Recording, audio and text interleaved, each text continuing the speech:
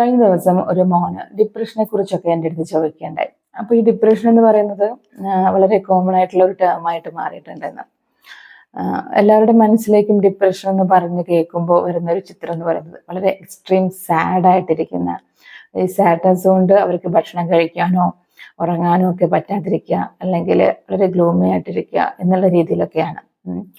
അപ്പോൾ depressive disorder എന്ന് പറയുമ്പോൾ അതിൻ്റെ ലക്ഷണങ്ങളെ നമുക്ക് 4 രീതിയിൽ തന്നെ വളരെ കറക്റ്റായിട്ട് തരംതിരിക്കാൻ പറ്റും. ഫിസിക്കലി ഉള്ള ബുദ്ധിമുട്ട്, അയാളുടെ ബിഹേവിയർ വൈസ് ഉള്ള ബുദ്ധിമുട്ട്, തോട്ട്സിൽ, ഇമോഷൻസിൽ, ഇങ്ങനെ 4 രീതിയിൽ നമുക്കിതിനെ ക്ലാസിഫൈ ചെയ്ത് പറയാൻ പറ്റും. അപ്പോൾ ബിഹേവിയർ വൈസ് വെച്ച് നമുക്ക് പറയുകയാണെന്നുണ്ടെങ്കിൽ ഒരുപാട് നേരം കരഞ്ഞുകൊണ്ടിരിക്കുക, പ്രത്യേകിച്ച് കാരണങ്ങളൊന്നും ഇല്ലാണ്ട് റെസ്പോൺസിബിലിറ്റീസ് ഏറ്റെടുക്കാനുള്ള ബുദ്ധിമുട്ട്, ഒരുപാട് പേരുടെ അടുത്തൊക്കെ കൂട്ടുകൂടിയിരുന്ന ഒരാളാണെന്നുണ്ടെങ്കിൽ അതിൽ നിന്നെല്ലാം പിൻവലിഞ്ഞ് ഒറ്റയ്ക്ക് ഒരു റൂമിലിരിക്കുന്ന ഒരു സാഹചര്യം, പേഴ്സണൽ അപ്പിയറൻസിലൊക്കെ ഒരു ചേഞ്ച് വരിക, സെൽഫ് കെയർ ഒക്കെ കുറയുക എന്നുള്ള രീതിയിലൊക്കെ വരും.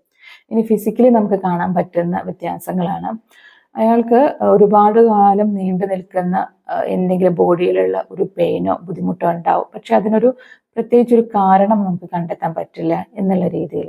ഒരുപാട് നേരം ഉറങ്ങുക, അതുപോലെ തന്നെ ഉറക്കം വളരെയധികം കുറഞ്ഞിരിക്കുന്ന ഒരു സാഹചര്യം, അതുപോലെ തന്നെ ഒരു വലിയ രീതിയിലുള്ള വിശപ്പ് അയാൾക്ക് അനുഭവപ്പെടുക, അല്ലെങ്കിൽ ഒട്ടും വിശപ്പില്ലാത്ത ഒരു സാഹചര്യം, ഒരു മോട്ടിവേഷൻ ഇല്ലാണ്ട് ഇപ്പോൾ ഒത്തിരി നേരം ഉറങ്ങിയാൽ തന്നെയും ഒരു എനർജി, ശരീരത്തിലൊരു എനർജി ഇല്ലാത്ത ഒരു ഫീൽ അവർക്ക് തോന്നുക, വളരെ സ്ലോ ആയിട്ടുള്ള ഒരു മൂവ്മെൻറ്റ്, ബോഡി മൂവ്മെൻ്റ് ആയിരിക്കും ഇവർക്ക് ഉണ്ടാവുക. ഇങ്ങനെയൊക്കെയാണ് ഫിസിക്കലി ഉള്ള ലക്ഷണങ്ങൾ എന്ന് പറയുന്നത്.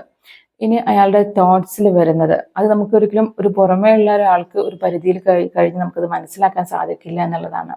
തോട്ട്സിൽ അവർക്ക് സൂയിസൈഡൽ തോട്ട്സ് വരിക, മരണത്തെക്കുറിച്ചൊക്കെ അവർ അന്വേഷിച്ചുകൊണ്ടിരിക്കുക, ഓരോ മരണ വാർത്തകളൊക്കെ അവർക്ക് കേൾക്കാൻ ഇഷ്ടമുണ്ടാവുക, അതുപോലെ തന്നെ ഫ്രീക്വൻ്റ് ആയിട്ട് സെൽഫ് ക്രിറ്റിസിസം നടത്തിക്കൊണ്ടിരിക്കുക, മെമ്മറി ലോസ് അവർക്ക് അനുഭവപ്പെടുക, കോൺസെൻട്രേറ്റ് ചെയ്യാനുള്ള ബുദ്ധിമുട്ട്, എല്ലാത്തിലും ഒരു കൺഫ്യൂഷനോ ഒരു ക്ലാരിറ്റി കുറവൊക്കെ അവർക്ക് ഫീൽ ചെയ്യുക എന്നുള്ളത്.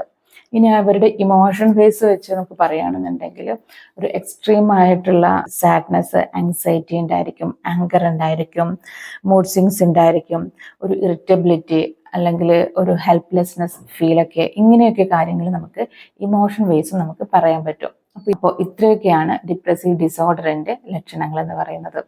താങ്ക്